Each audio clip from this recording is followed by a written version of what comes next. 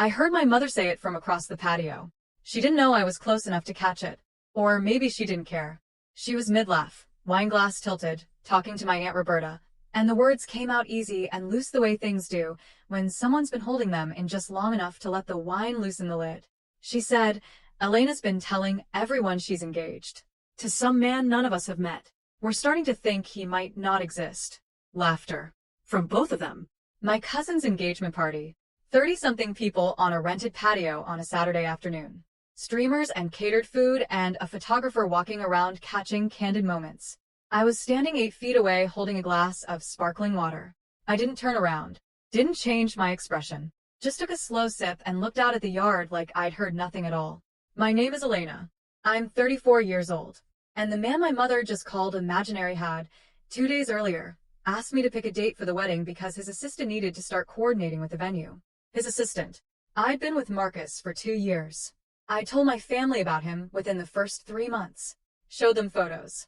Gave them his name, his background, where he was from. Every time, the conversation found a way to shift. To doubt. To minimize. So eventually I stopped offering details. What I hadn't told anyone, not even my closest cousin, was what Marcus did for a living. Or what he was planning to do that afternoon. Let me back up because the party didn't happen in a vacuum. I grew up in a Filipino-American household in Northern California. My parents immigrated in their late 20s, worked hard, built a stable life, and brought with them every expectation that comes packed into that particular kind of upbringing. Education, respect, marriage to someone appropriate, a timeline that didn't deviate too far from the one they'd mapped out in their heads before I was old enough to have opinions. I'd done most of it right. Nursing degree, then a master's. Good job at a regional hospital. Paid my own rent from the age of 23. Called home every Sunday. But I was 34 and unmarried, which in my family's language translated loosely to something is wrong with her. I dated before Marcus. 2 relationships my parents knew about, both Filipino, both vetted, both eventually ended for reasons that had nothing to do with ethnicity. When those didn't work out, my mom started making gentle suggestions. A family friend's son. Someone from church. A colleague of my dad's who was very settled. Then I met Marcus. We were introduced through a mutual colleague at a conference in Seattle. He was quiet in a room full of loud people, which is the first thing I noticed. We talked for 3 hours. He flew back to meet me the following weekend. By month 4 I knew it was different from anything I'd had before. But when I mentioned him to my parents, my mother's first question was, "What does he do?" I kept my answer vague on purpose. That decision would matter more than I knew. The thing about Marcus is that he never pushed me to explain him. I told him early on how my family operated. The expectations, the scrutiny, the way they could take something good and quietly dismantle it with the right sequence of questions. He listened, didn't make it about him, and said, "Whenever you're ready." That patience was either going to mean everything or nothing, depending on how things went. By the time my cousin Jade announced her engagement, Marcus and I had been together almost 2 years. I had his ring on my finger, simple, white gold, exactly what I told him I wanted. I'd worn it for 3 weeks before anyone in my family noticed. My mother noticed at Sunday dinner. She looked at my hand, looked at my face, and said, "Is that what I think it is?" I said yes. She called my father over. He looked at the ring, asked where Marcus was, and when I said he was traveling for work, something shifted in the room. Not dramatically, just a slight cooling, like a window had opened somewhere. My dad asked how long Marcus traveled. I said it varied. He asked what kind of job required that much travel. I said he was in private investment and development. My dad nodded slowly in that way that meant he'd already formed a conclusion and wasn't interested in facts that contradicted it. That night my mom texted my Aunt Roberta. I didn't see the message, but I know she did because Roberta called me 2 days later with carefully worded questions that weren't really questions. The imaginary fiancé narrative had already started. I just didn't know how far it had spread yet. The engagement party invitation came from my Aunt Linda, Jade's mom, about 3 weeks later. Jade and I had always been close. She was the cousin who actually called just to talk, who remembered small things, who'd driven 2 hours to sit with me when I went through a rough patch at 28. I wasn't going to miss her party, because my family had decided to make my relationship into a running joke. I RSVP'd for 2. My mom called the day after and asked if I was bringing Marcus.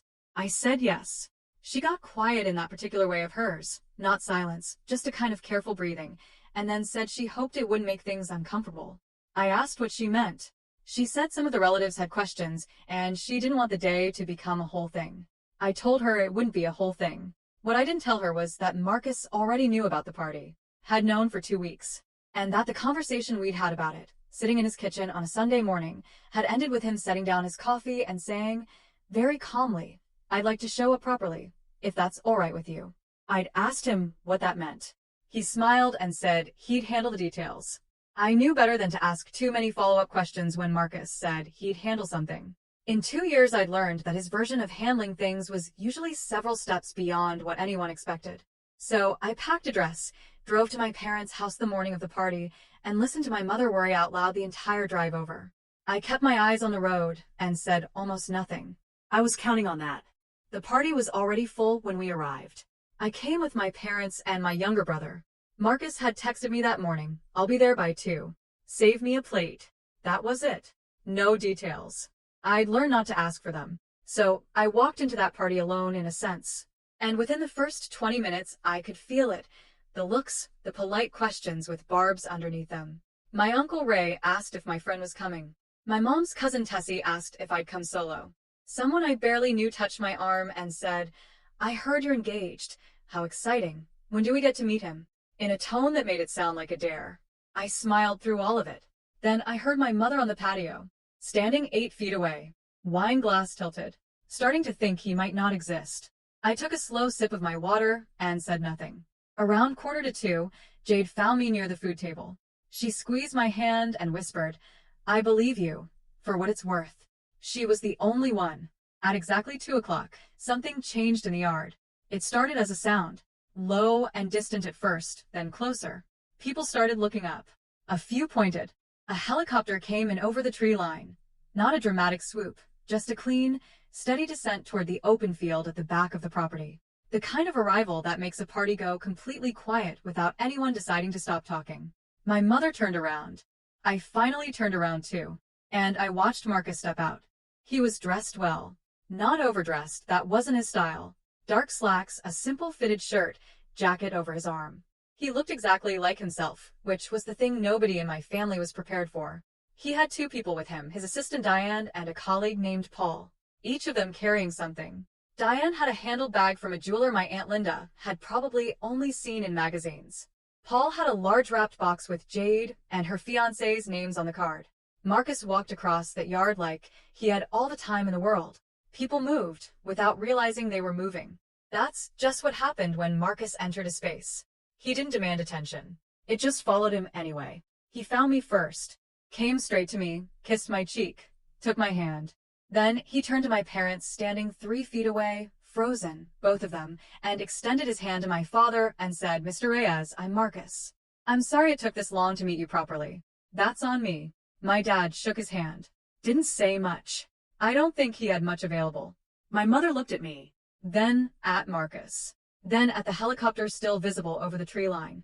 Marcus handed her a small wrapped box, something he'd had Diane pick out, a thoughtful hostess gift, and said he'd heard she'd done a lot to help plan the event and wanted to acknowledge that.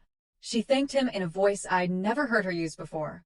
Jade hugged me so hard I almost lost my balance. But the part I'll never forget came about 10 minutes later. Brett found me near the bar just after the first dance. My Uncle Ray was the one who brought it up first. He cornered Marcus near the drinks table. I could see it happening from across the patio, and launched into what I recognized as his testing routine. Questions that sound like small talk but aren't. Where are you from? What do you do exactly? Where did you go to school? Marcus answered everything. Relaxed, direct, no performance. Just honest answers delivered without apology. I watched my uncle's posture change over the course of about 4 minutes. The slight lean in, the nodding that shifted from polite to genuine. By the end, Ray had his hand on Marcus's shoulder and was laughing at something. My mom found me after that. She pulled me slightly to the side, away from the nearest group, and spoke quietly. She said, "Elena, why didn't you tell us more about him?" I looked at her for a moment. Then I said, "I told you everything, Mom. You just decided not to hear it." She opened her mouth and closed it. I wasn't cruel about it. My voice was steady, but I wasn't going to soften it either. 2 years of quiet doubt deserved at least one honest sentence. Later, Marcus sat with my dad for almost 30 minutes. Just the 2 of them at a corner table. I didn't hover. I let it happen. When my dad came to find me afterward, he put his arm around my shoulder and said, "He calls you his wife." I said, "I know." He nodded slowly. He didn't say he was sorry, but the arm around my shoulder stayed there for a while. Sometimes that's the version of sorry you get. We got married 4 months later. Small ceremony. 30 people. Marcus had offered something bigger, and I told him I wanted simple, and he didn't push back once. That's still one of my favorite things about him. My parents were in the front row. My mom cried through most of it. Not performative crying, the real kind, where she kept pressing a folded tissue to the corner of her eye and looking at me like she was trying to memorize something. My dad sat straight and still the whole time, the way he does when he's feeling more than he wants to show. Jade was my maid of honor. At the reception, my mother found me during a quiet moment between songs and took both my hands. She said, "I'm sorry for what I said at Jade's party. I didn't know you were close enough to hear." I told her I'd heard. She said, "I'm sorry anyway. Not because you heard. Because I said it." That distinction mattered to me. I told her that. We're in a different place now, my mother and I. Not a perfect place. She still has opinions she sometimes can't help voicing. My dad still processes things slowly and sideways. But they show up. They call. They ask about Marcus by name, and they listen to the answer. Marcus and I bought a place outside the city last spring. My parents have visited twice. My mom figured out how to use the video call feature on her phone, just so she could see the house. I think about that afternoon at Jade's party sometimes. The patio. The wine glass. The words she didn't think I could hear. And then I think about Marcus stepping off that helicopter, walking straight to me, and calling me his wife before anyone else had the chance to decide what I was worth. That moment belongs to me.